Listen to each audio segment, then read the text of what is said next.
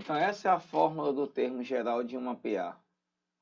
Você também encontra nos livros de matemática assim, ó, AN, AK, N menos K, vezes a razão. Essa primeira você usa quando você relaciona qualquer termo da PA com um A1, que é o primeiro termo dela. Mas eu posso também relacionar o último ou enésimo termo com qualquer outro termo que não seja o A1. Essa aqui é mais geral ainda do que a primeira. Por exemplo, numa PA, ele te dá o quinto termo e te dá o terceiro termo. E que é a razão dessa PA. Ó, se ela te dá o quinto e o terceiro, tu pode relacionar aqui, ó, A5 com A3. E lá seria 5 menos 3. Beleza? Na PG do mesmo jeito, ó. AN, AK, que é elevado a N menos K.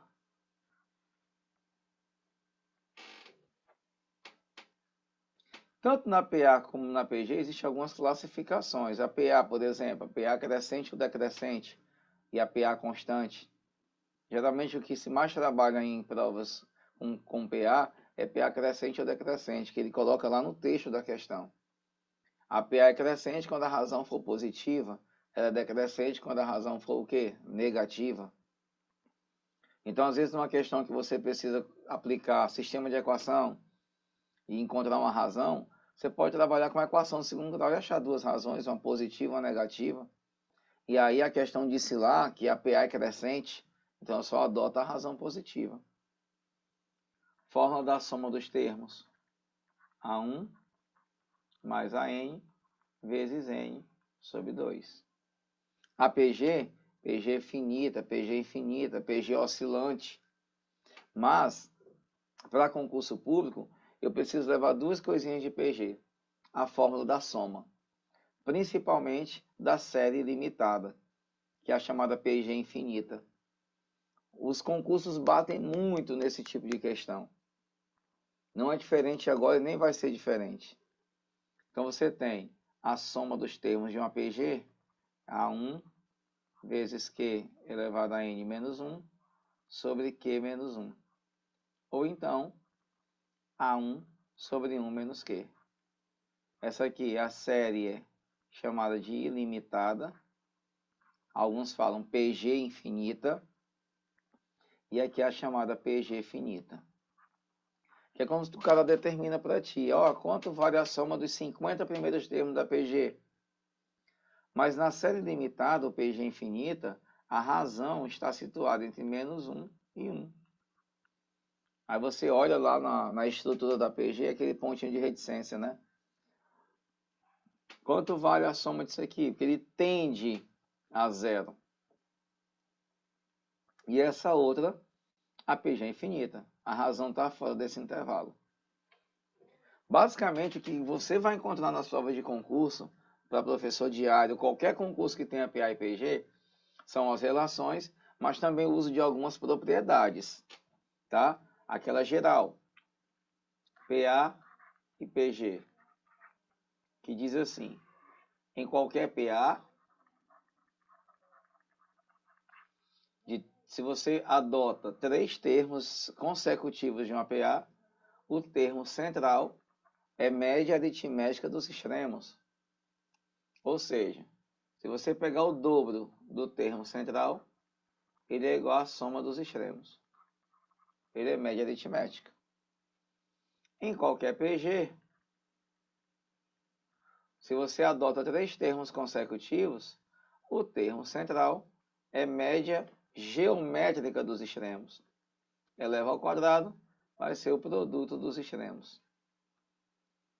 E aí tem umas questõezinhas bem específicas que você pode trabalhar com isso aí. Quando você quer encontrar a razão de uma PA, que ele coloca a PA só em função de X, ou da própria PG, você pode desenrolar a questão por aí. Outra coisa em PA, que é bom sempre lembrar, é a questão dos chamados termos extremos, ou termos equidistantes, porque suas somas são sempre iguais. Se você pega uma PA aqui, ó, 2, 4, 6, 8, 10, 12, 14 e 16. Por exemplo, essa daí. Se você pegar os termos equidistantes, né, a soma deles, os termos extremais, vão ser sempre iguais. O primeiro com o último, se você somar, 18. O segundo com o penúltimo, se você somar, dá 18. Esse com esse cara aqui, 18. Você vai afunilando a PA e vai percebendo que essas somas são o quê? São sempre iguais. Isso te ajuda muito em algumas situações de questões. Outra também que você pode lembrar, até para te ajudar na resolução de questões, é que se você pegar qualquer 3 termos consecutivos de uma PA, tá aí, 2, 4 e 6. Pega esses 3 termos aí. Se você somar os 3 termos e dividir pela quantidade, se você encontrar a média dos 3 termos, o resultado disso aí vai dar o termo central.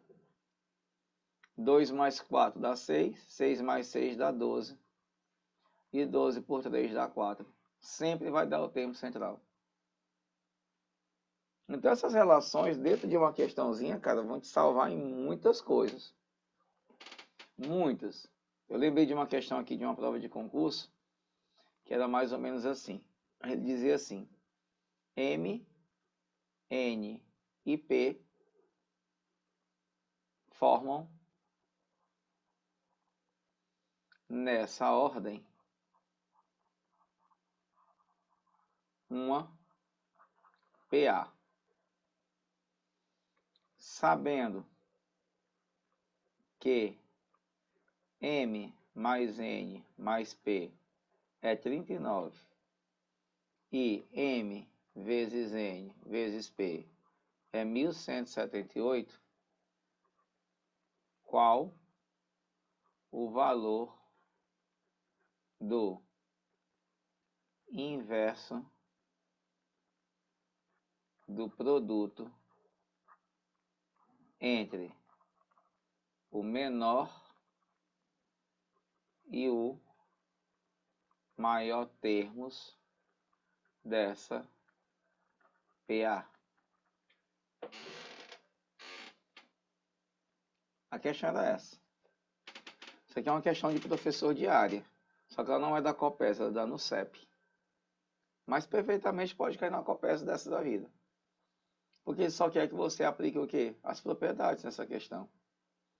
Ele dá 3 termos e diz que forma uma PA na ordem que eu estou apresentando para vocês. Então, M, N e P formam uma PA. E aí, meus queridos, independente dessa PA ser crescente ou decrescente, os extremos dessa PA são o maior e o menor termo delas. O termo central nunca vai ser o maior ou o menor. Tá aqui um exemplo para vocês perceberem isso. Aqui são 3 termos. E os 2 extremos aqui são os maiores e o menor termo da PA. Aqui nesse exemplo, o maior é 6 e o menor é 2. Se fosse uma PA decrescente, tipo 10, 6 e 2, novamente os extremos são o maior e o menor termos da PA. Então, na ordem que está sendo apresentado para vocês aqui, ó, esses extremos aqui são o maior e o menor termos da PA. O central não é.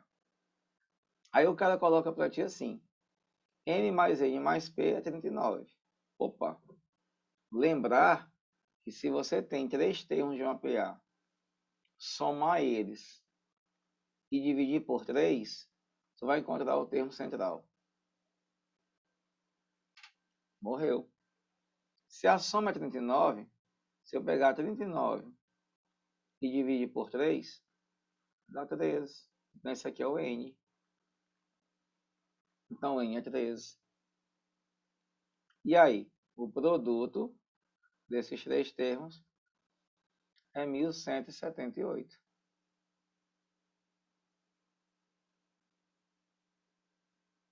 Aí você pensa, cara, se é 1178, vamos lá. M vezes 13 vezes P é 1178. M vezes P é 1178 dividido por 13. Eu nem sei se o valor é 1.178, mas eu já digo para vocês qual é o valor exato.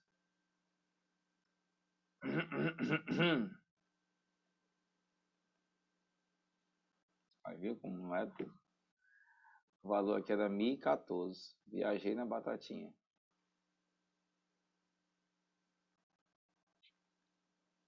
Pronto. Aí você mata, ó, M vezes P dá 78. Eu encontro o produto dos extremos. Só que ele quer o inverso do produto. Ó, se o produto é 78, o inverso desse produto é 1,78. Basta inverter o produto que você achava a resposta. E o gabarito da questão é a letra A. Estava lá justamente 1/78. Então, o uso das propriedades em algumas situações de questões, principalmente PA, gente. PA é muito mais pedido em concursos do que PG. Ok? Lembrei de outra daqui, ó. Também de concurso. Numa PA de 100 termos. Se você pegar o A3 e somar com o A97, que vai dar 200. A soma do terceiro termo e do termo que ocupa a posição 97 vale 200. Qual o valor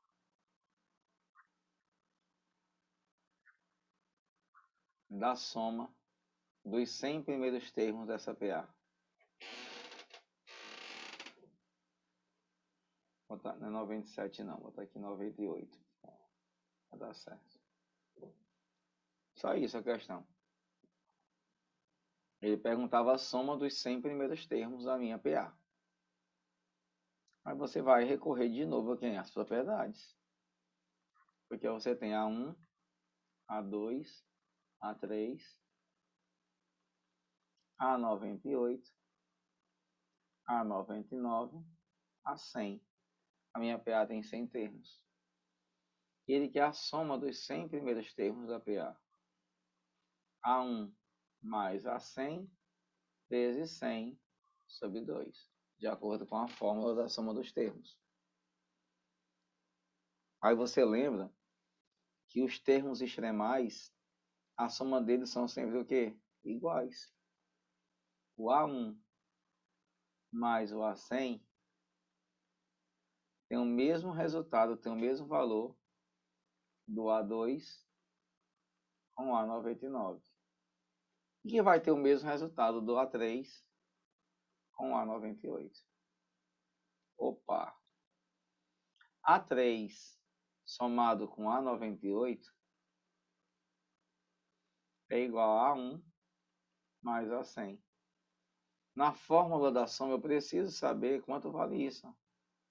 Só que o A1 mais o A100 tem o mesmo resultado do A3 com o A98. 200 vezes 100 sobre 2. Corre para o abraço. 100 vezes 100. 10.000.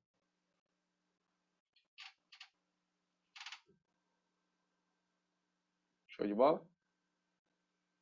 E aí você sabe muito bem, melhor do que eu, da variedade de questões. Mas para concurso público, ele quer somente a aplicação das relações matemáticas. São questões bem contextualizadas, dificilmente são questões bem diretas. Ele coloca textos para que você chegue a aplicar essas relações. Bom, a primeira questão do nosso material é justamente sobre isso. O número de passageiros de uma empresa de transporte aéreo tem transportado para uma petroleira, transportado para uma petroleira vem diminuindo, segundo o padrão apresentado na tabela a seguir. Supondo-se que esse padrão se mantenha, a previsão para a quantidade total de passageiros transportados por essa empresa no período de 2014 a 2025, contando com os anos de 2014 e 2025, será igual a quanto? E aí? Ele quer o total, ele quer a soma. Tu percebe que em 2014 foram 10 mil, que em 2015 foi 9.600, que em 2016 9.200, depois 8.800. O que está acontecendo? Uma sequência numérica.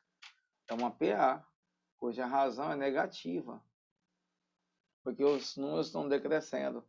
A razão é menos 400. E aqui é 2014, mas eu preciso ir até 2025. Ó, de 2014 para 2025, contando com esses 2 anos. São quantos anos aí? Se você fizer no bracinho, ó, na mão, você chega rápido. 14, 15, 16, 17, 18, 19, 20, 21, 22, 23, 24, 25. São 12 anos. Como você podia também fazer o quê? Subtrair os anos. 2025 menos 2014, ó, 25 menos 14 vai dar 11 e soma mais 1. Porque eu estou incluindo esses 2 anos. Se eu quero saber a quantidade, pego o maior menos o menor e adiciona 1. Aí você vai encontrar quantos anos se passaram. E aí aqui você tem uma PA de 12 termos.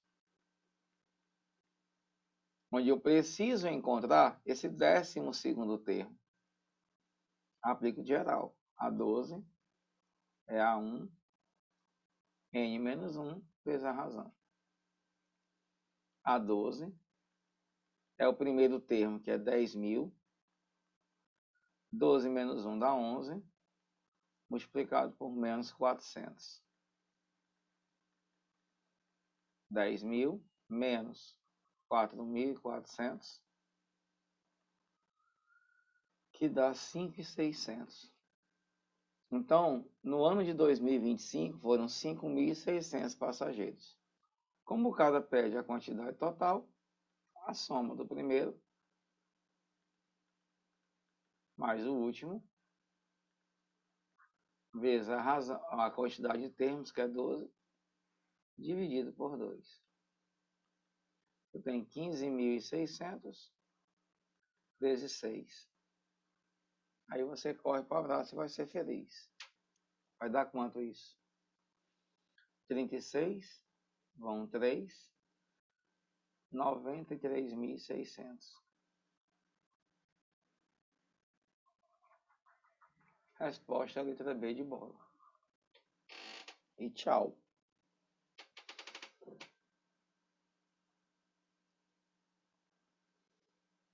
Beleza?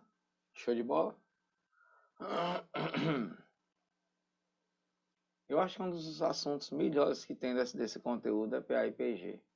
Você depende única e exclusivamente de relações matemáticas. É um assunto acessível e vem sempre contextualizado em provas de concurso. Olha aí. Uma sequência numérica tem seu termo geral representado por AN, para n maior ou igual a 1. Sabe-se que o primeiro termo dessa sequência é 0 e que a sequência cujo termo geral é Bn igual a AN mais 1 menos AN, com n maior ou igual a 1, é uma PA, cujo primeiro termo vale 9 e cuja razão é 4. O termo A1000 é igual a quanto?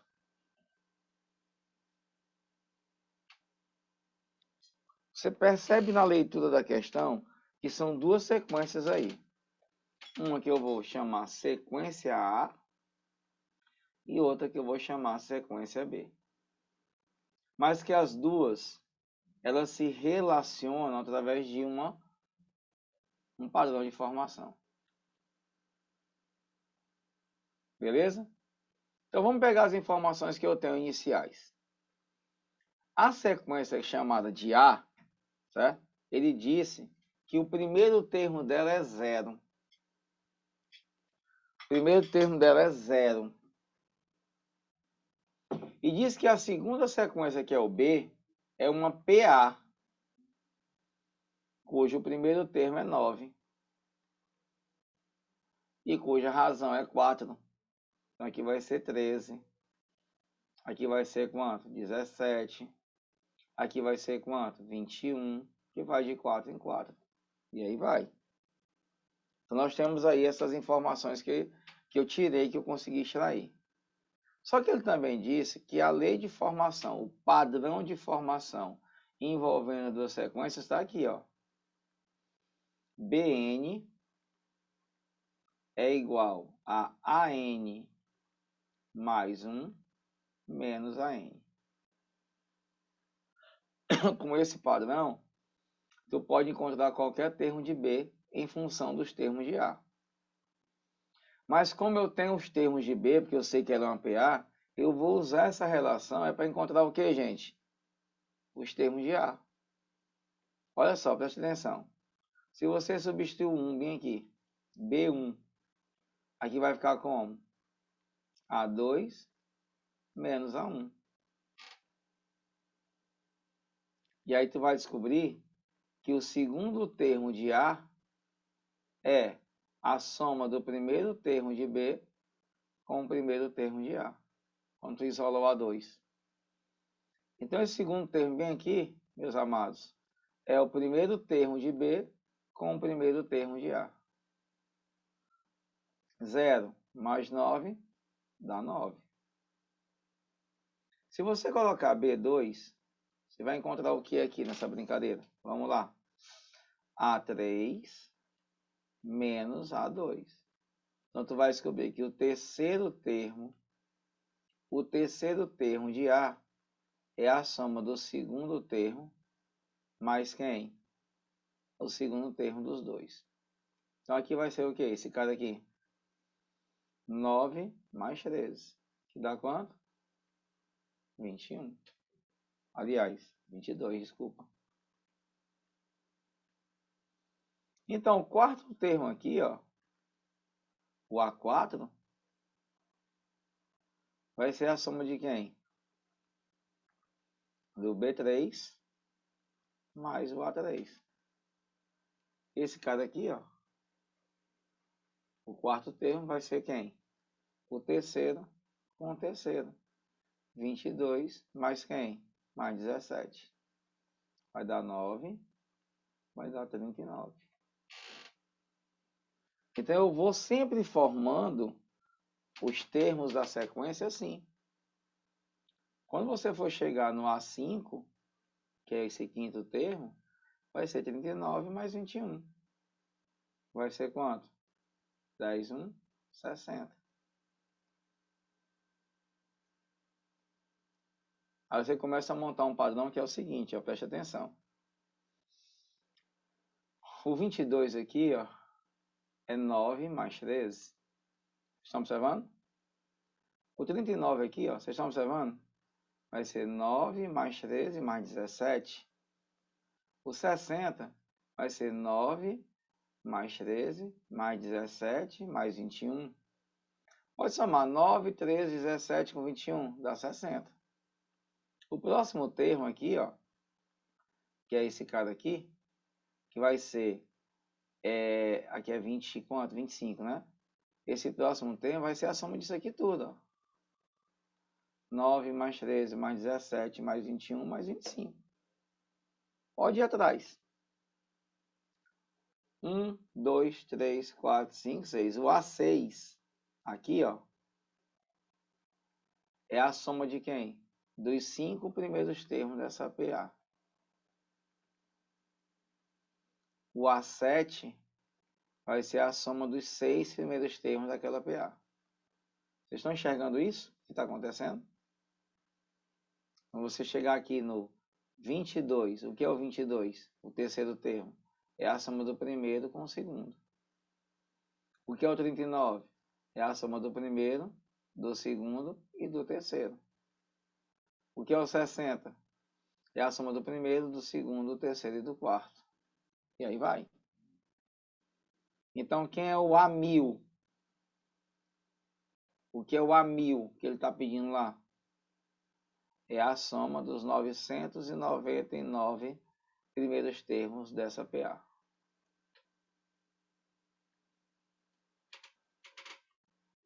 Se você pegar os 999 termos dessa PA e somar, você vai achar o A1000 que ele quer. Então, para atingir o milésimo termo desta sequência, basta você pegar e somar os 999 primeiros termos dessa PA. E aí? Como é que eu faço isso aí? Somar os 999 primeiros termos da PA. Tem uma sugestão para vocês.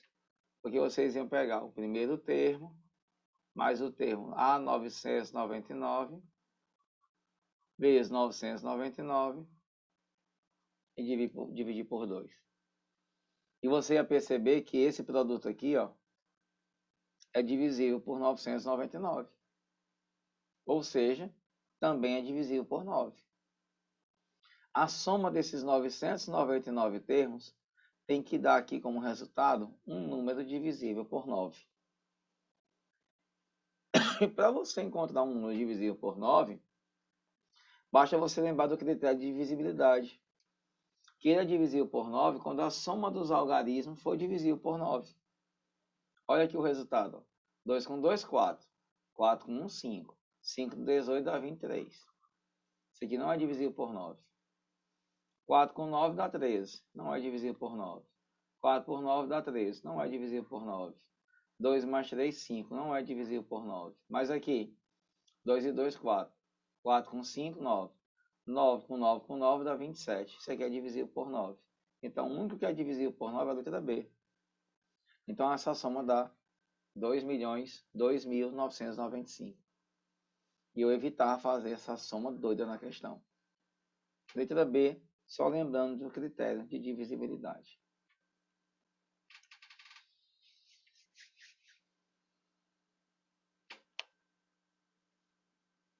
Beleza?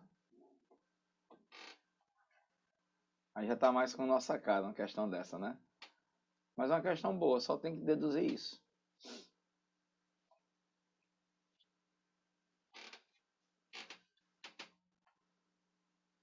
Show?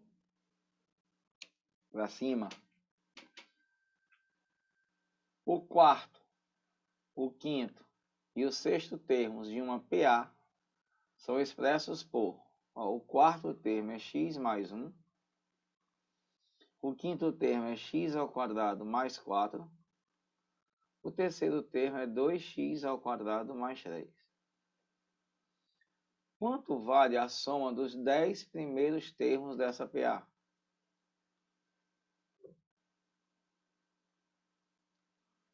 Cara, tu presta atenção que ele deu o quarto, o quinto e o sexto, que é uma sequência de 3 termos em função de x.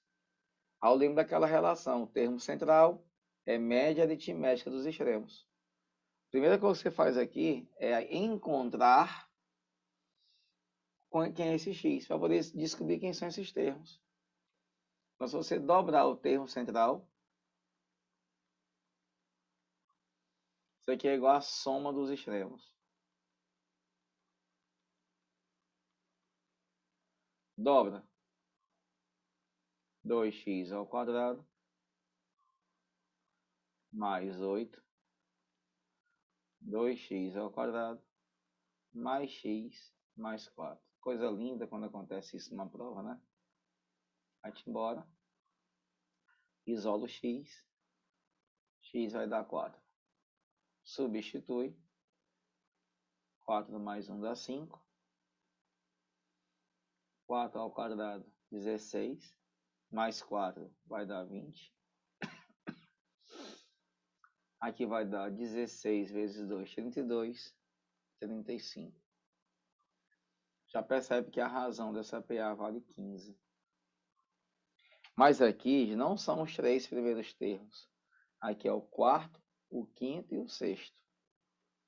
Se você esquematizar aqui rapidão, ó, A1, A2, A3, A4, A5, A6, A7, A8, a 9 e a 10, tu lembra daquela propriedade dos extremais? A1 mais A10 é a mesma coisa de A2 mais A9, que é a mesma coisa do A3 com A8, que vai ser a mesma coisa do A4 com A7, que vai ser a mesma coisa do A5 com A6. Ó, a soma do A5 com o A6 tem o mesmo resultado da soma do A1 com o A10. Ó, aqui é o quarto termo da PA, aqui é o quinto termo e aqui é o sexto termo. A soma do quinto termo com o sexto termo é o mesmo valor da soma do A1 com o A10. Então vamos lá. O que é a soma dos 10 primeiros termos? É o A1 mais o A10 vezes 10 sobre 2.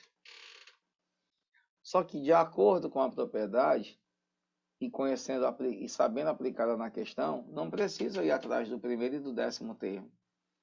Porque a soma desses dois caras tem o mesmo resultado do A5 e do A6.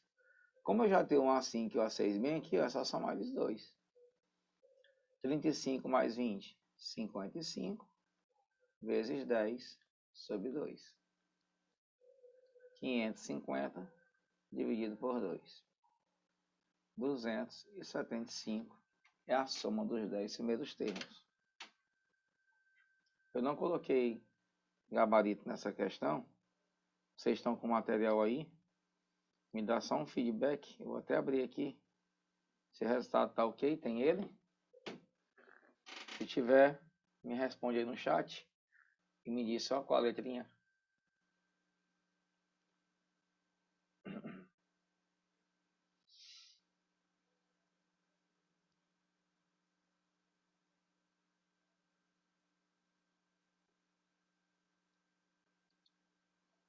Se tiver, você me avisa, tá bom? Sabe-se que em uma determinada PG, a razão vale 0,8. Se o quinto termo dessa PG é 4.096, quanto vale o limite da soma dos n primeiros termos dessa PG, quando n tende ao infinito? Série ilimitada, gente.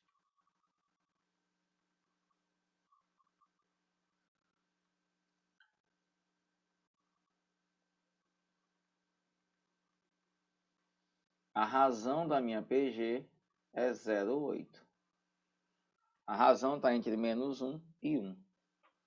Ele quer o limite da soma. Então, a soma vai ser o primeiro termo sobre 1 menos a razão. O problema é que eu não tenho o primeiro termo. Ele me deu o quinto. Dá para achar. Usa termo geral. A5 é A1 vezes Q4, que é 5 menos 1. Esse A5 é 4.096. O A1, ninguém sabe quem é e nem quanto vale. Quero achar. A razão é 0,8. 0,8 elevado a 4. O A1 isolado é 4.096 dividido por 0,8 ao quadrado, a quarta. Se você quiser continuar até achar esse valor, dá. Se você quiser jogar isso aqui,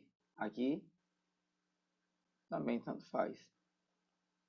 Vamos lá. O que é esse 4.096? Se você pegar 2 elevado a 10, dá 1.024. Show?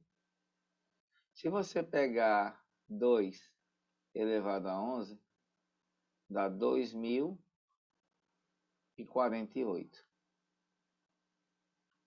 Se você pegar 2 elevado a 12, dá 4.096. Fatorado, isso aqui é 2 elevado a 12. Se 0,8 elevado a 4, é a mesma coisa de 8 décimos elevado à quarta potência.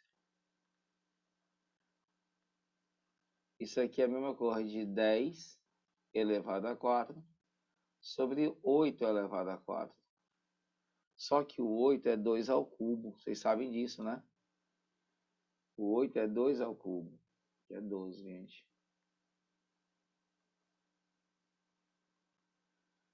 Remodelando isso, fica 2 elevado a 12.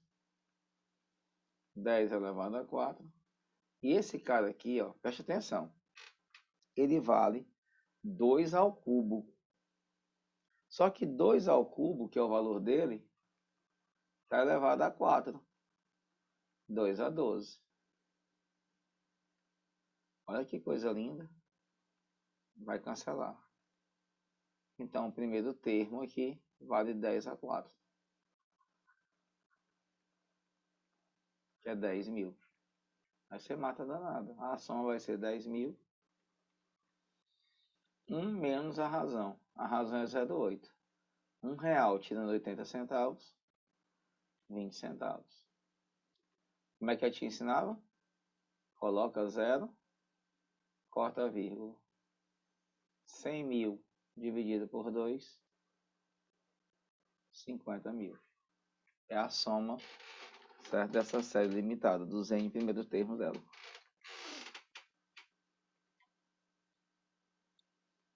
Show?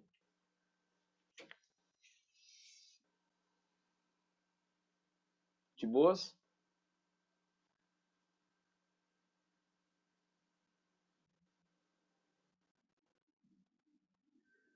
Beleza. Nessa parte de PA e PG, a minha dica, a minha sugestão é que vocês aprendam esse básico aí, porque não foge disso. Não vai fugir disso aí em concurso nenhum, o histórico é esse. E aí, cara, ainda assim, mesmo assim, às vezes a gente empanca nesse negócio aí. O primeiro e o sétimo termos de uma PG, ó, o primeiro e o sétimo termos de uma PG são 8 e 128, respectivamente. Quanto vale o quarto termo dessa PG?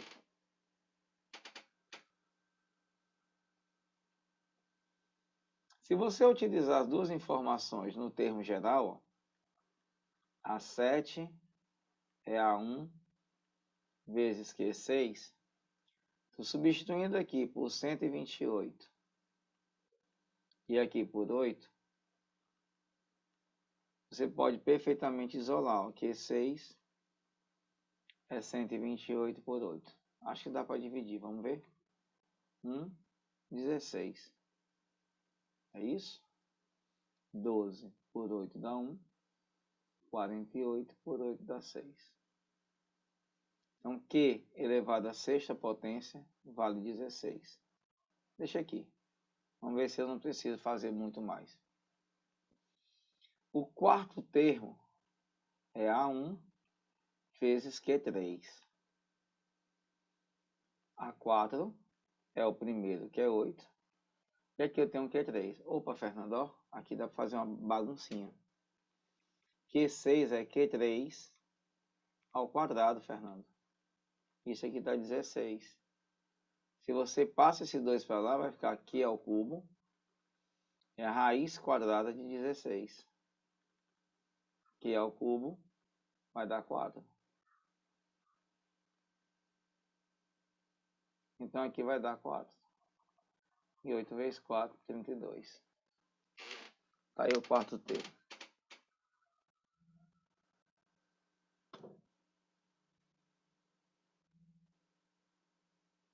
Show? Professor, você pode repetir aí de novo? Posso. Olha, a informação que o cara me dá aqui, né? Aqui o primeiro termo da PG é 8 e o sétimo é 128. Eu joguei no termo geral. 128, 8, Q6, que é 7 menos 1.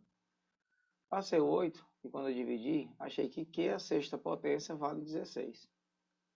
Se eu quisesse prosseguir esse cálculo, tu já ia perceber que ao extrair a raiz sexta desse cara, tu ia continuar com um número irracional. que não ia dar exato. Aí eu parei aqui nesse exato momento, deixei essa informação guardada e fui atrás de finalizar. Tentar encontrar aquilo que ele está me pedindo, que é o quarto termo.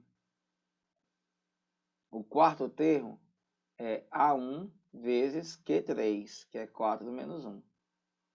Olha, o A1 eu tenho, que é 8. Mas esse Q3 eu não tenho. Mas eu vejo que há uma relação desse 3 com esse 6. Ó. Foi o que eu fiz. Lembrei daquela propriedade de potência de potência. Isolei aqui um Q3. Q6 é Q3 ao quadrado. Q3 vezes 2 dá 6. E nós fizemos aparecer aqui o Q3, ó. Que é justamente aquilo que eu preciso para matar a questão. Qual é o número que é ao quadrado da 16? É o 4. Esse Q3 vale 4. Aí eu substituir. Q3 é 4. 8 vezes 4 é 32. Ok, obrigado. Tem essa resposta aí, meus amados? Que eu tô sem a... Tem 4 aí? Dá só esse feedback aí depois. Se no enunciado da questão, nas alternativas, tem 4.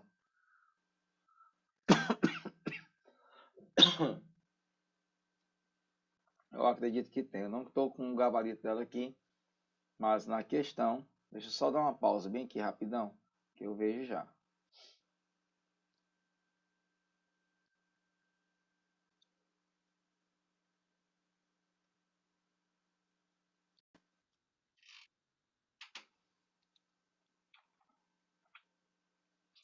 Seja a PG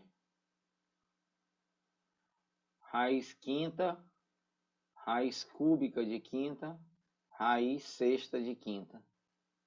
Qual o quarto termo dessa PG? Me dá uma sugestão para poder chegar nesse quarto termo. A primeira coisa que tu observa aí é que os índices das raízes são todos distintos, são diferentes. Você tem raiz quadrada, raiz cúbica e raiz sexta. O negócio já fica meio baldeado assim. Se fosse tudo raiz quadrada, a questão era fácil. Encontrava razão, jogava no termo geral. Tu tem duas saídas para essa questão. Tu encara as raízes, porque tu sabe que o quarto termo é o primeiro vezes a razão elevado a 3. Só que antes disso, tu vai ter que encontrar a razão da PG. E para encontrar a razão da PG, tu pega o segundo termo, por exemplo, e divide pelo primeiro. Só que aí tu vai ter que lembrar lá do sétimo ano dos teus alunos que a divisão de raízes com índices diferentes não cola, não dá. Eu tenho que deixar isso aqui no mesmo índice. E para deixar isso no mesmo índice, eu tenho que tirar o MMC dos índices das raízes. Quer dizer, é um caminho que se você sentir confortável em fazer, você faz, que vai dar certo a tua resposta. O outro caminho era você lembrar que toda raiz ela pode ser convertida em potência de expoente fracionário. Quem não gosta muito de mexer com raiz, podia fazer assim, ó. Aqui é 1. Isso aqui é 5 elevado a 1 meio. Aqui é 1. Isso aqui é 5 elevado a 1 terço. Aqui é 1. Aqui é 5 elevado a 1 sexto. Aí você saía da raiz e trabalharia só com potências. Aí fica até bonzinho, ó, porque a razão de uma PG, bastava tu, por exemplo, pegar o segundo termo e dividir pelo antecessor. E aplicava a propriedade de potência de mesma base. Conserva e subtrai. 6, ficaria 3 menos 2. MMC, né? 6 por 3, 2 vezes 1 dá 2. É 1 terço. É o contrário, viu, gente? É 1 terço menos 1 meio. 6 por 3 dá 2, vezes 1, 2. É 2 menos 3. 5 elevado a menos 1/6. Encontrei a razão da minha PG. E vou encontrar o quarto termo. A4 é o A1 vezes a razão elevado a 3. A4 é 5 elevado a 1/2. Aqui é o K5 elevado a quanto? Quanto é menos 1/6 vezes 3. Olha que coisa linda. Dá menos 1/2. Multiplicação de potência de mesma base, conserve soma. 1/2 somado com menos 1/2. 5 elevado a 0. Vai 1. Eu acredito que aí tenha 1 na alternativa. Se tiver, era a nossa resposta. Era uma saída. Tirar a raiz da tua vida, transformar em potência de expoente fracionário. E aí você não ficava bitolado a trabalhar só com raiz. Mas se quiser, pode assumir esse caminho que dá certo do mesmo jeito. Duas coisas que aluno não gosta de trabalhar. Nós, como professores, a gente sabe que os nossos alunos têm uma extrema dificuldade com raiz, principalmente quando não é raiz exata. Eles têm uma extrema dificuldade de trabalhar com números negativos e com números decimais, quando for operações, principalmente divisão. Se você puder encurtar, facilitar a vida do teu aluno, lembra sempre a ele que tem uma segunda alternativa. Não quer trabalhar com raiz, pai? Trabalha com potência de expoente fracionário, que dá no mesmo.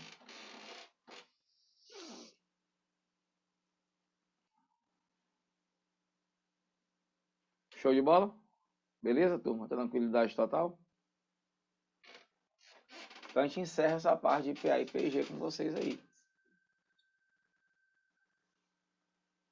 E vamos começar a mexer com equações. Base de equação para poder chegar em funções, tá? Hoje, independente das questões, a gente vai dar uma geral para a gente aí sobre função do primeiro e segundo grau. Vou dar umas informações, lembrar algumas coisas e bater em cima da tecla do que é cobrado para vocês. Então, na soma abaixo, cada letra representa um algarismo. Quanto vale 2B menos A? O cara pergunta isso para nós. Quanto vale 2B menos A? Ele deu isso aí, esse esqueminha, e que é o valor de 2B menos A. E aí? Vem para cá para essa soma. B mais B mais C. Aqui embaixo ele colocou um 4. Agora esse 4 pode ser de um 14. Pode ser de um 24. Pode ser de um 34. Pode ser 4 do mesmo. Para isso, para eu ter essa certeza e tirar essa dúvida, na verdade, eu olho para a segunda soma, aquela que vem subsequente. 1 mais 5 dá 6. 6 mais 1 dá 7. Só que aqui é um 9. Ó. Se aqui é 7, é porque com certeza bem que era um 2. Ó. Porque 7 com 2 dá 9. E esse 2 veio justamente de onde? Da soma anterior. Então, quando somou B mais C, o resultado era 24. Beleza? E o mesmo raciocínio tu vai pegar para a próxima soma. A mais C mais 4, que deu um 2. Pode ser 12, pode ser 22. Não sei. A próxima soma, a soma subsequente que vai dizer isso para a gente. Ó. 2 mais 3 dá 5. 5 mais 1 dá 6. Só que aqui é 7. Então, bem aqui em cima ele somou com 1. E esse 1 veio justamente do quem? Da soma anterior. Então, a soma anterior, A mais C mais 4, não era 2, não era 22, não era 32, era 12. Arrumando esse negócio aqui, ó, 2B mais C é igual a 24. A mais C, joga esse cara para cá, vem negativo, vai dar 8. É só arrumar para chegar no que ele quer, ó. Porque o 2B está aqui no sistema, o A também está. Só que ele está negativo, ó. Então multiplica essa equação de baixo por menos 1. Para fazer ele surgir. 2B mais C é igual a 24. Agora, menos A, menos C, menos 8. Aí aplica a adição, soma. 2B menos A. Olha, apareceu o que eu quero, turma. C com C vai embora. 24 menos 8 dá 16. Cheguei no resultado desejado sem precisar descobrir as variáveis. Então, 2B menos A é igual a 16. Show de bola. Matamos a danada. Gente, só tomar bem aqui uma água. Sem água é complicado. A garganta já está falhando já. Deixa eu dar uma pausa bem aqui. 1 minuto eu volto. Só pegar bem aqui. Então, retomando aqui a nossa gravação, a gente vai lembrar um pouquinho sobre função do primeiro e função do segundo grau. E sempre direcionar um pouquinho para poder a gente não ficar pegando muitas informações. Mas, basicamente, tudo de função do primeiro e segundo grau é bom saber. Primeiro, a função linear. A função do primeiro grau. Definida por f de x igual a ax mais b. Onde o a tem que ser diferente de zero. Naquele estudo de reta que a gente trabalha lá em geometria analítica, a equação da reta é uma função do primeiro grau. Então esse azinho aqui, ele recebe o nome de coeficiente angular. E o b é o coeficiente linear da função. E aquelas questões bem manjadas de função do primeiro grau, onde ele fornece dois pares ordenados e pede para tu achar o valor de A e B, que costumeiramente nas provas ou nas questões em sala de aula nós pedimos para o aluno fazer sistema, que é uma saída, claro. Por exemplo, f de 2 é igual a 5. O f de 7 é igual a 15. Aí o cara pede qual é o coeficiente angular, qual o coeficiente linear, qual é a lei da função, qual o valor do f de 30. São várias perguntas que o cara pode fazer. Então, para você, quando você tem dois pares ordenados conhecidos de uma função do primeiro grau, achar esse coeficiente angular é fácil. Basta você pegar a variação do y e dividir pela variação do x. Você não precisa montar sistema de equação. Você vem nos dois pares que foram fornecidos, onde o x sendo 2 e o x sendo 7. Isso aqui corresponde ao domínio da função. E para cada domínio desse você tem uma imagem. Então é só você pegar a variação do y em qualquer sentido, ou nesse aqui, ou voltando. Se eu pegar de baixo para cima, porque eu já sei que dá positivo, essa variação aqui é 10. 15 menos 5. E aqui é 7 menos 2. Aí eu tenho quanto? 10 sobre 5. E eu vou achar o coeficiente como sendo 2, o Azinho. Aí daqui é um pulo para achar o B. Escolhe qualquer par desse e substitui na função direto. 5, que é o y, é A, que é 2, aqui é achado, não é isso? Vezes o x desse par, que é 2, mais o Bzinho. Eu acho B igual a 1. E montei a lei da função.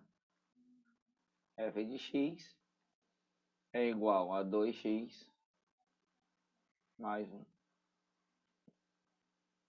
Lembrar que na função linear, função do primeiro grau, a representação gráfica é uma reta oblíqua. E que nesse gráfico aqui, você tem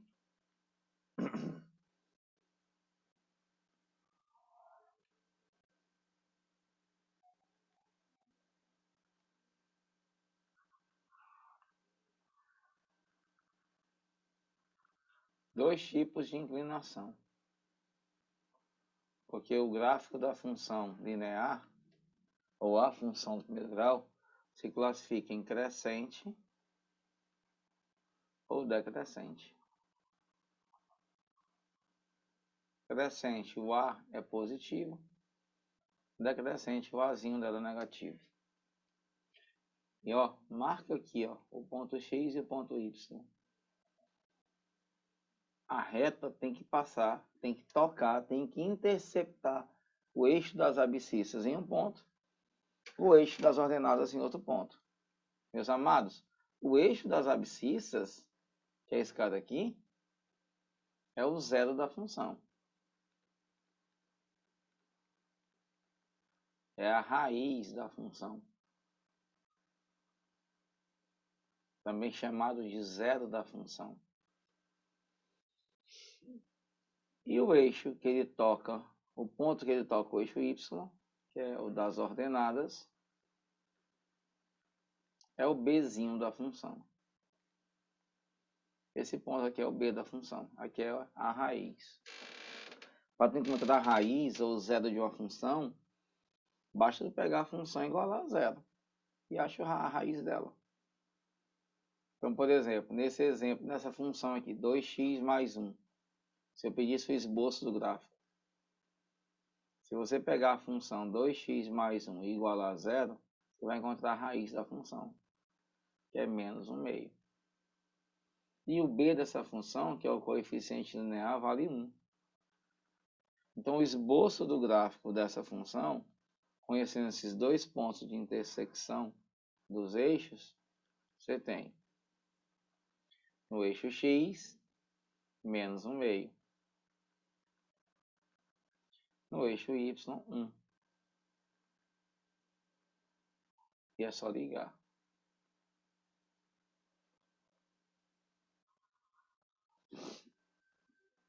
De boas, função linear é muito simples, né?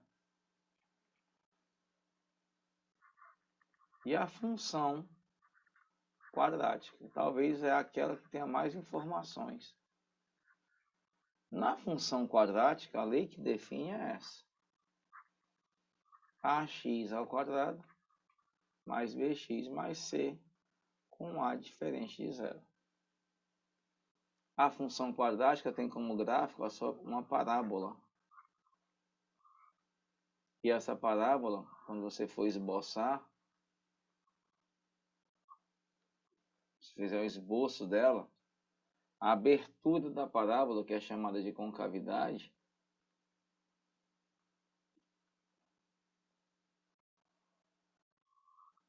pode ser voltada para cima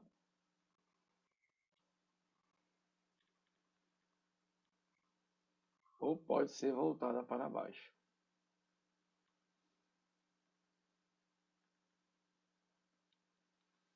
Em qualquer uma das duas aí, né, você tem algumas informações para extrair. Primeiro, voltada para cima se o A for positivo. Voltada para baixo se o A for negativo. Primeira, intercepta o eixo y no Czinho da função.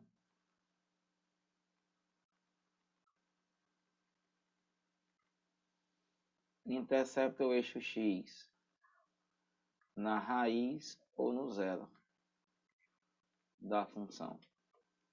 Ele tem que tocar o eixo y, bem aqui, ó. O ponto que ele toca o eixo y é o c da função, que é esse cara aqui. E ele toca, ele intercepta o eixo x, o eixo das abscissas, na raiz da função. Mas daí, tu tem três situações que a gente tem que lembrar aqui. Ele intercepta o eixo em dois pontos distintos.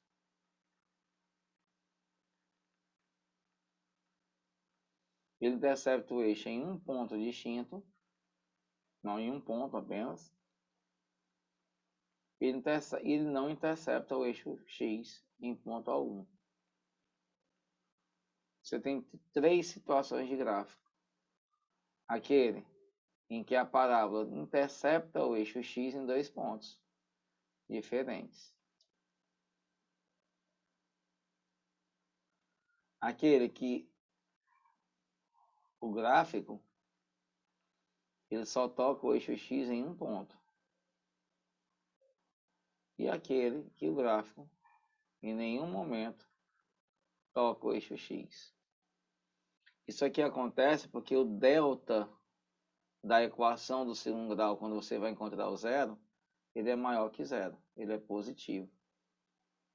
Lembra que quando o delta for positivo, a equação tem 2 raízes reais e distintas? O delta é o discriminante da equação do segundo grau. No momento que você pega esta lei de formação e iguala a zero para encontrar a raiz da função, você está transformando ela na equação do segundo grau. Delta positivo, 2 raízes distintas. Delta igual a zero, 2 raízes reais e iguais. Só toca em um ponto. Delta negativo, sem solução real. Então ele não toca o eixo X em ponto algum. O cara pode fazer uma associação do delta, que é o discriminante da equação, com função segundo grau. E você tem aqui, ó, se você lembrar bem, um ponto que é chamado vértice. Vértice, vértice. É o vértice da parábola. E por ser um ponto, esse vértice aqui, meus amados, ele tem uma abscissa, que é o x do vértice, e tem uma ordenada, que é o y do vértice. Tem até uma relação matemática para eles. Para calcular o x do vértice, menos b sobre 2a. E o y, menos delta sobre 4a. Ou então, o y do vértice é o f do x do vértice. Mas se você tiver uma situação como essa, preste bem atenção. O gráfico ele intercepta o eixo X em 2 pontos distintos. Se tu conhecer as 2 raízes, o X do vértice é o ponto médio delas. Aqui no caso, se você conhece as 2 raízes, o X do vértice é a média das raízes.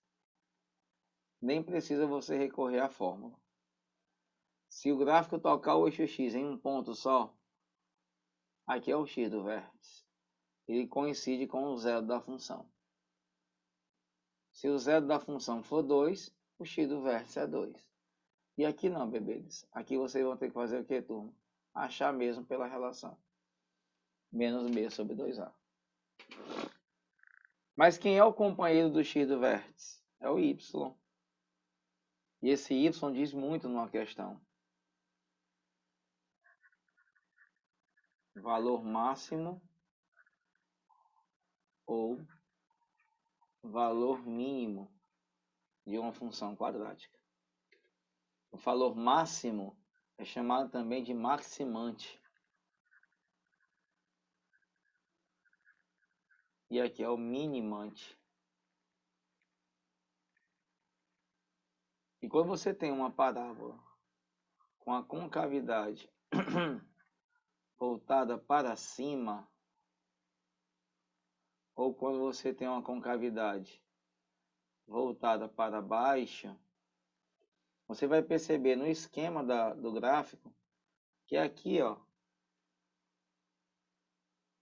o y do vértice, ele nada mais é do que o menor valor da função. A função é o y. Se você quer descobrir o valor de uma função, tem que olhar para y. Mas toda a parte desse gráfico aqui, ó, toda a parábola, está acima dele, do valor do y. Lá não, lá é o ápice. Lá é a ponta do morro. Aqui é o y do vértice. Aqui ele é o maior valor. Lembra aquelas questões de física da altura máxima no movimento oblíquo? O ponto lá de cima é o ponto máximo. É o valor máximo da função. Então a questão, às vezes quando você trabalha isso, quer que você lembre essas coisinhas. Ó. Valor máximo e valor mínimo. Quando é que a função tem valor máximo? Quando o A da função for negativo, ou seja, quando a concavidade for voltada para baixo. Quando é que ela tem valor mínimo? Quando o A for positivo, ou seja, quando a concavidade é voltada para cima.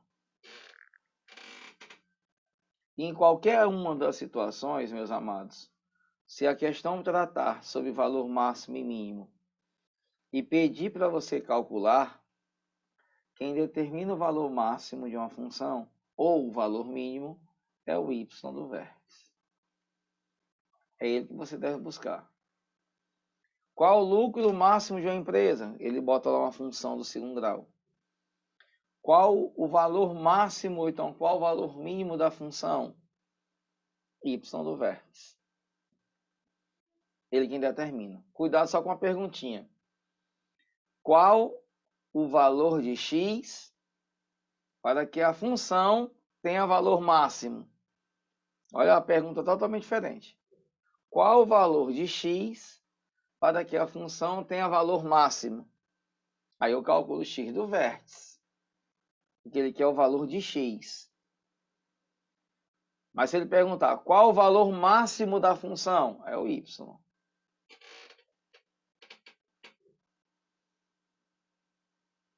E outra coisa também, x é domínio, y é imagem. Se a questão perguntar especificamente a imagem de uma função quadrática, a imagem da função, você também precisa concentrar toda a sua atenção em quem? No y do vértice. Quando o a da função for positivo, a imagem da função é y pertencente aos reais, tal que o y é maior ou igual que o y do vértice. É fácil você entender isso no gráfico. Se o a é positivo, está aqui o y do vértice.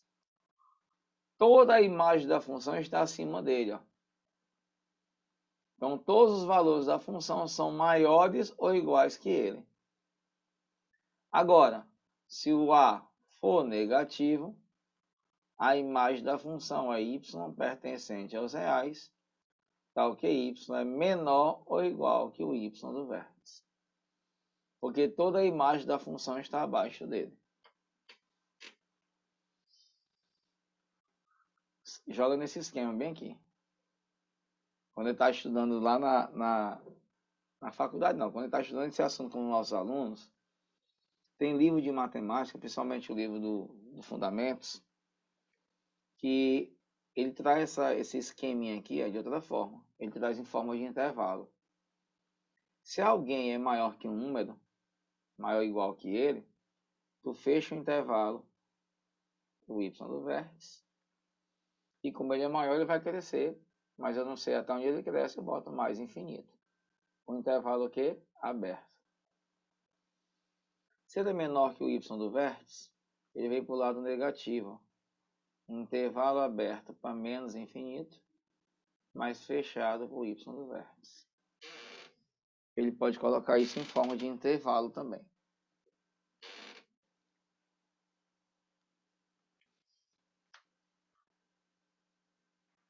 Então, são essas as informações técnicas que a gente deve lembrar de função do primeiro e segundo grau.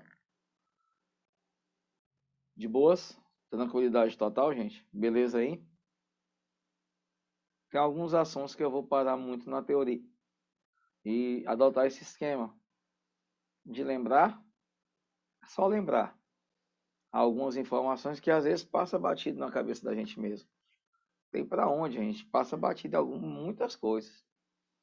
O professor de matemática que disser que sabe tudo, para mim está mentindo, porque ele sempre alguma coisa a gente vai deixar passar. A gente precisa estar o quê? Estudando, lembrando, revisando. Porque dependendo dos nossos caminhos, né? Às vezes a gente deixa algum assunto de mão. Eu nunca esqueço de uma cena da faculdade, quando eu fazia faculdade, que um professor, ele estava ensinando cálculo 1 para a gente, estava nos teoremas lá de limite e derivada. E no meio do conteúdo apareceu lá número primo. E eu, cruzinho na faculdade, tinha acabado de chegar no ensino médio. E ele perguntou, ele parou a aula para perguntar o que é o número primo. Cada o que é o número primo aí, me lembrei que eu não lembro mais não. Naquela época, eu peguei um susto, pô, o professor não sabe o que é o número primo?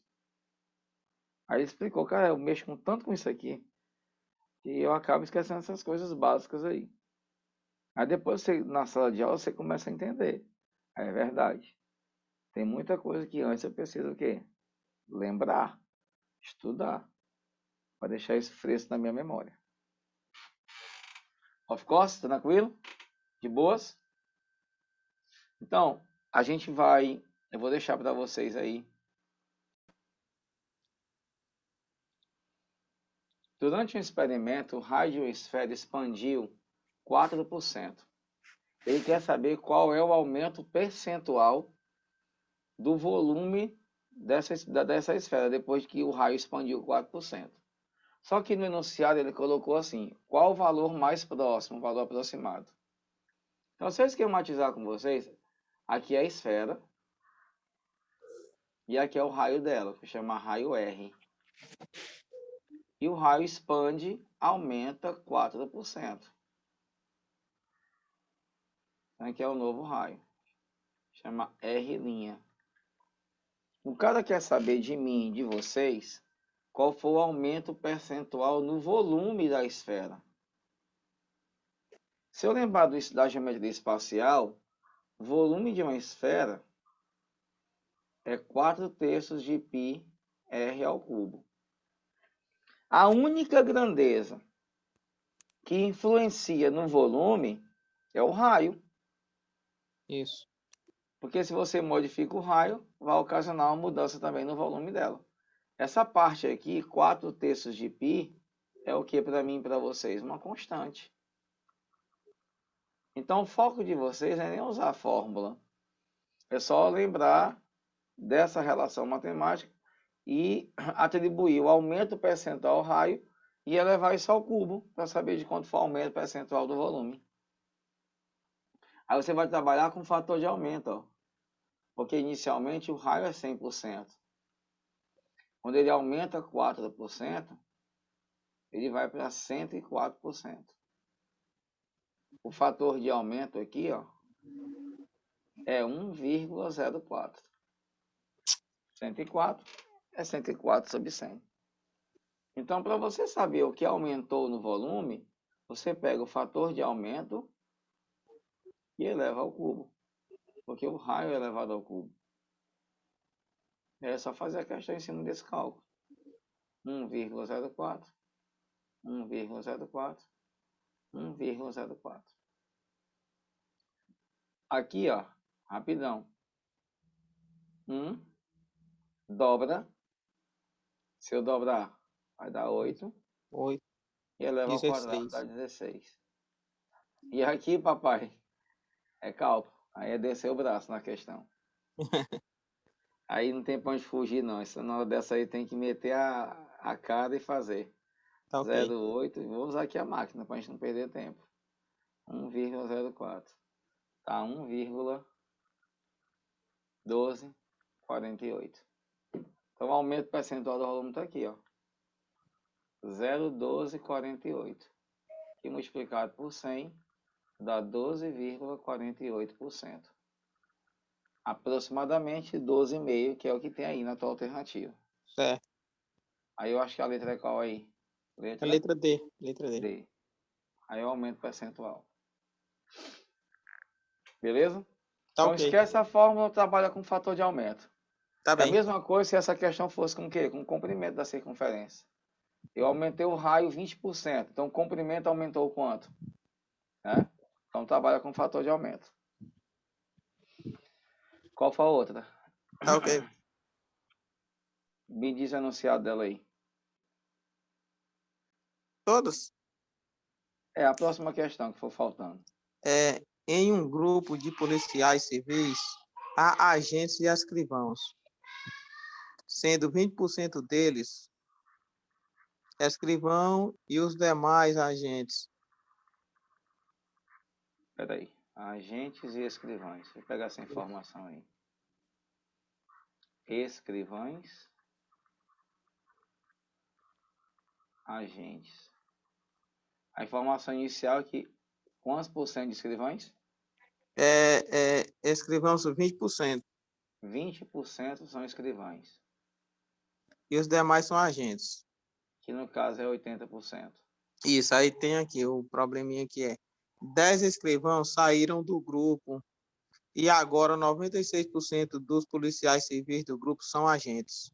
Com a saída dos 10 escrivães, a porcentagem de agentes pula para 96%. 96%. E aqui vai virar 4%. Show? Isso. Aí o que é que ele quer? Quantidade de agentes ou de escrivães? O número de escrivães restante. O que sobrou aqui no final? É. Pronto. Então vamos lá, pessoal. Aqui dá para tu montar uma equaçãozinha. Ó. Você não sabe quantos policiais tem. O total de polícia aqui é X. Que é o todo. E depois da saída dos 10 escrivães, o total de polícia é X menos 10.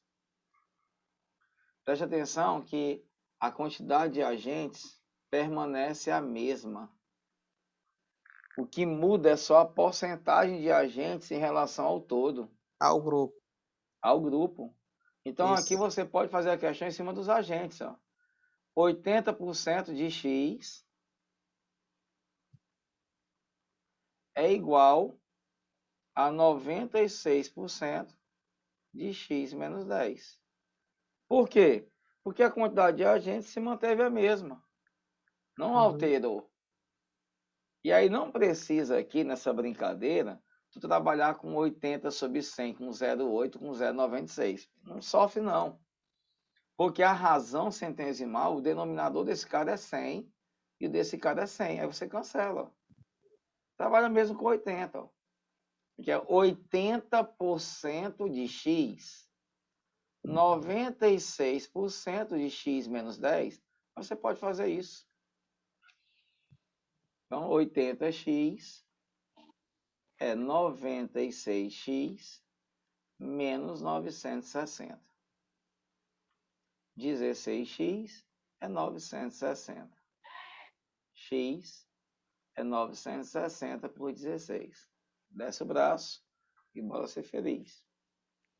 96 por 16 dá 6, não é isso? Isso. Então, eu tenho 60 polícias no começo. E no final, depois da saída dos 10 escrivães, ficam só 50 polícias.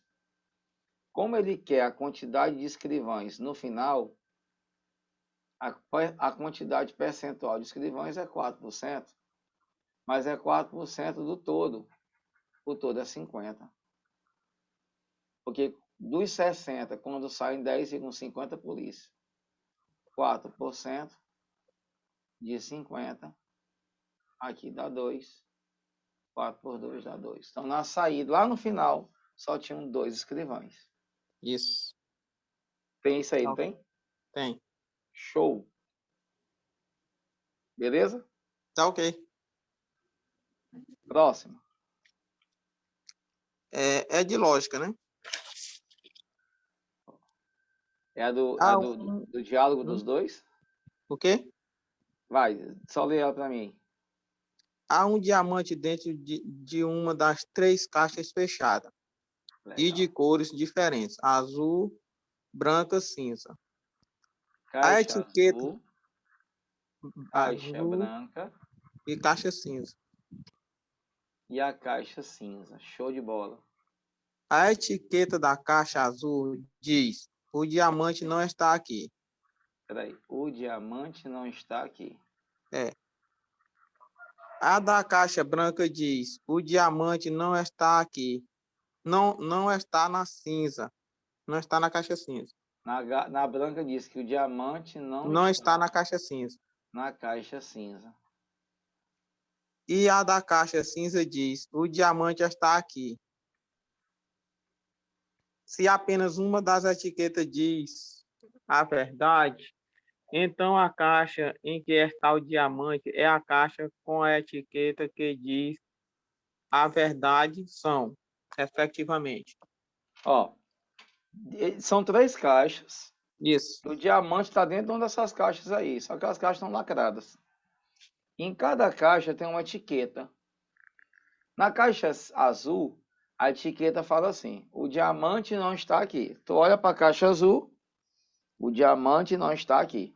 Isso. Na caixa branca, quando tu olha para a etiqueta que está na caixa branca, diz assim: o diamante não está na caixa cinza. E na caixa cinza, a etiqueta que está lá é assim: o diamante está aqui. Só que ele deixa bem claro para ti que apenas uma dessas etiquetas fala a verdade. Uhum. Só uma delas diz a verdade para ti. Ou seja, as outras duas etiquetas são falsas. E ele pergunta: qual é a caixa onde a etiqueta diz a verdade? E qual é a caixa que está o diamante? Para você fazer essa questão de forma rápida, você vai perceber que nas questões de verdade e mentira, são problemas lógicos, sempre vão ter duas informações que se contradizem. A saída da questão é essa, pai. As mensagens que se contradizem. Se elas se contradizem, é porque uma é verdadeira e outra é falsa. E se tu olhar bem, as mensagens que se contradizem são essas duas aqui, ó. S e S. Porque na caixa branca a etiqueta fala assim: o diamante não está na caixa cinza. E a etiqueta da caixa cinza fala: o diamante está aqui. Então uma confronta a outra. Isso. Então a etiqueta que diz a verdade é uma dessas duas aqui, cara. Ou seja, a etiqueta da caixa azul é falsa. É mentirosa. E a verdadeira é uma dessas duas. Ou a primeira ou a segunda. Aí tu testa. Por exemplo, se aqui for a etiqueta verdadeira e aqui for a falsa, será que vai bater as informações? Será que dá para tirar alguma conclusão certa disso? Vamos lá. Se não der, você troca bem aqui os valores. O diamante não está aqui. Isso é uma mensagem falsa. E se essa mensagem é falsa, é porque o diamante está onde, gente? Na caixa azul. Azul. O diamante não está na caixa cinza. Isso é informação verdadeira. Se ela é informação verdadeira, o diamante não está na caixa cinza. E aqui eu disse que é falso. O diamante está aqui. Se é falso, ele não está na cinza. Aí reforça a informação anterior. Então, com essa daqui, ó, eu chego a uma conclusão de que o diamante está na caixa azul. E que a informação que diz a verdade está na caixa branca. Quer ver como não bate? Se eu trocasse, se eu botasse aqui a falsa e aqui a verdadeira, olha como ia dar errado. Se aqui fosse a informação verdadeira, o diamante está aqui. Se é verdade, é porque está na cinza. Só que lá em cima, quando ele fala que o diamante não está aqui, e a informação falsa, eu concluo que ele está na caixa azul. Como é que o diamante pode estar ao mesmo tempo na azul e na cinza? Não dá. Então, essa aqui é a etiqueta verdadeira. E essa aqui é a etiqueta falsa. Eu não sei qual foi a ordem da pergunta aí. Ele perguntou o quê? A etiqueta verdadeira e onde o diamante está? Isso. Então, a etiqueta verdadeira é a caixa branca e o diamante está na caixa azul. Nessa ordem aí, você pega e marca a alternativa. Branca, azul. Se tiver, é o nosso gabaritão.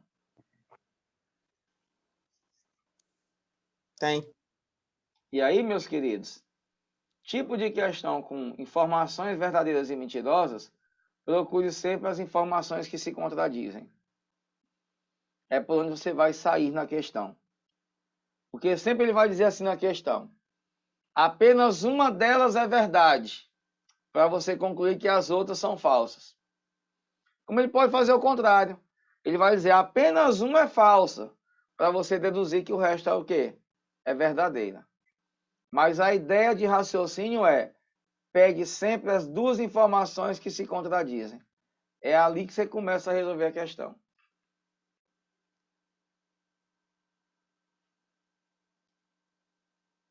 Show de bola? Muito bem, falou. Obrigado. Tem mais? Tem as outras duas, mas eu vou sair, professor. Tenho que ir ali. Pois tá bom, gente. Pois Mas brigadão falou. por tudo aí. Na próxima aula a gente conclui esse negócio, viu? Um abraço para vocês. Bom resto de semana. E mais tarde eu mando aqui o horário da próxima aula. Tamo juntos, meus amigos. Bora botar Certo. quente. Bora ganhar esse contra-chequezinho aí, tá? Fique com Deus. Bom domingo. Falta 30 dias, né? Contando de hoje. Falta 30 30 dias, né? dias. Isso. Contar de Eu acho que hoje. a tendência é que esse concurso não seja adiado, porque as taxas de Covid estão melhorando e eu acredito que não vai ter complicação, não. Graças a Deus, a tendência é agora baixar e eu acho que sai nesse prazo. E vamos para Deus cima. permita. Vamos sim. Um abraço, meus amados. Até logo. Bom revê-los, tá? Valeu!